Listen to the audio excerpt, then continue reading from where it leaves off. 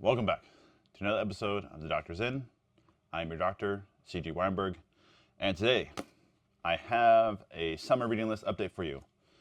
I actually finished it last week, but I haven't got a chance to record the video. But I did finish Holiness by J.C. Ryle. And I gotta say, this book was first introduced to me by my grandpa when I was like 9. And he told me about this book because it is one of the few books that his father read every year. His father was, sorry, not his father, his wife's father, be my grandpa Peach. So, which tells you who know my family line, nothing. So, my dad has been a business owner, entrepreneurial manager my whole life. His dad was a career teacher administrator. My dad's mom was a wife, raised 5 kids. But her dad was actually a career missionary in Japan. Strong Calvinist, did a radio ministry in downtown Tokyo for his whole life. And his wife, my great-grandma Peach, was a career kindergarten teacher. So she actually taught 3 generations of Japanese people in Tokyo, downtown Tokyo. Just a fun story, when she was around 94 years old, I think she broke her hip and her spine within a few months. She was getting old, and her kids decided to bring her back home to the States. Home is a very loose term because she lived in Japan forever. But they brought her to be with her kids who all lived in the States. And when she was preparing to leave to the States, Japanese men from all over Tokyo came to pay her homage. And they would actually bow to her in thankfulness and be crying because they appreciated what she did in their lives so much. She was a staple in the Japanese community, in the Tokyo community, for many, many years. But her husband, who died much earlier, I never met him, read 3 books every year. E.M. Bounds on Prayer, J.C. Ryle, Holiness, and Horatio Bonner's book, Words to Winners of Souls. Now, Words to Winner of Souls is a very small book. So I've read that many times over my life. But E.M. Bounds on Prayer is a very long book. Holiness by J.C. Ryle is also a long book, so I haven't actually read those until now. So just finished this one. And what got me thinking about this one is in school this year, we read Holiness of God by R.C. Sproul. Haven't read that before, and made me realize I know so littleness about the doctrine of holiness. So this book, literally, I have 2 or 3 copies on my bookshelf. They have been staring at me for a decade. And so I decided I am going to read it this summer. So I did. And I am sad that it took me this long to read this book. So this book, fantastic. It is 20 chapters long. 21st chapter is some excerpts. 20 chapters long, and each chapter is actually a paper that J.C. Ryle wrote.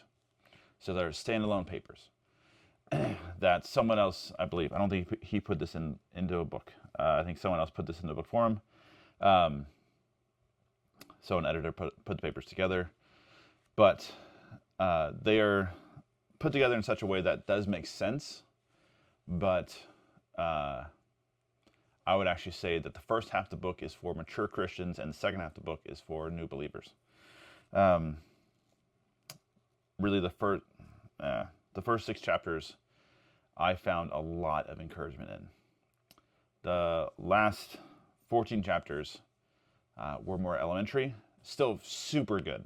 Really enjoyed all of it, but way more examples, laying the groundwork for the first 6. So, first chapter was on sin. the great problem that mankind has. So he just kind of walks through what is sin, what does it do, what's the cause, what to do with it. So really, really good. Second chapter on sanctification. He does a good job of introducing justification, that we are justified by faith, but then the Christian's job is to then be sanctified. So becoming more like God. That is the whole point, is sanctification of a Christian's life. A new believer is saved from their sin, but we now must become more like Christ, which is the whole point of holiness. Christians are to be holy, set apart from the world, not apart, so in the world, but not of the world. We are to be holy. So the Holiness chapter is all about our being set apart, which then gets right into chapter 4, the fight. Christians are called to be soldiers. We are meant to be fighting the world to save them. That is the fight, which then gets to the cost. Really good chapter, the cost. The fact that while salvation is free, we must give up everything to get it. We must be willing to lose father, mother, children, wealth, business, friends, whatever, the world. We give up the world for eternity. And by doing that, we gain everything. But that is the cost. Finally, growth, we are to grow. Assurance, we have assurance of salvation. The fact that once God saves us, he will not lose us. So we move on.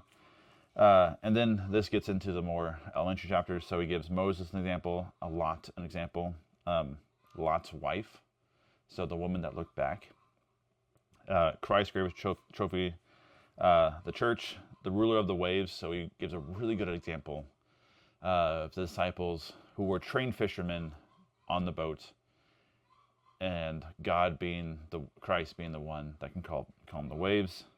And this kind of walks through some basic theology things. The church that Christ built, visible, churches warned. So the fact that churches need to be holy and set apart, not seeker sensitive. Lovest thou me, calling Peter back. Without Christ, thirst revived, that we should be thirsting for Christ. Unsearchable riches, what is salvation? And the once of the time, what does the time need now? Be a believer in the world, know what is happening in the world, what does the world need now, and be that for the world to save them for Christ. And Christ is all. The fact that if we have Christ, we have everything. So really brief synopsis of it. I found huge encouragement from this book. Yeah, I don't know if I will adopt my great-grandfather's view of reading it every year, but it will definitely be on my reread pile down the road when I need encouragement on what I should be doing. So that is my encouragement to you, is to pick up this book from J.C. Ryle and be encouraged by it, because it was really good. I was pleasantly surprised. Guys, there are some good books out there. This is one every believer needs to read. Really, it is that good. I mean, it's thick, but I mean, read it. Each chapter is about 40 pages. Read a chapter a week. You'll be done in 5 months. And it will be 5 months well spent. This is worth the time. So I do encourage you, read this book as soon as you have a chance. It will delight, encourage, convict your soul in all the right ways. So that's my prescription for you today. Like the video if you've read the book. Comment below something else you would like me to review. Subscribe if you want to know my next video. Share this with someone to encourage them. But with all that, the doctor is out.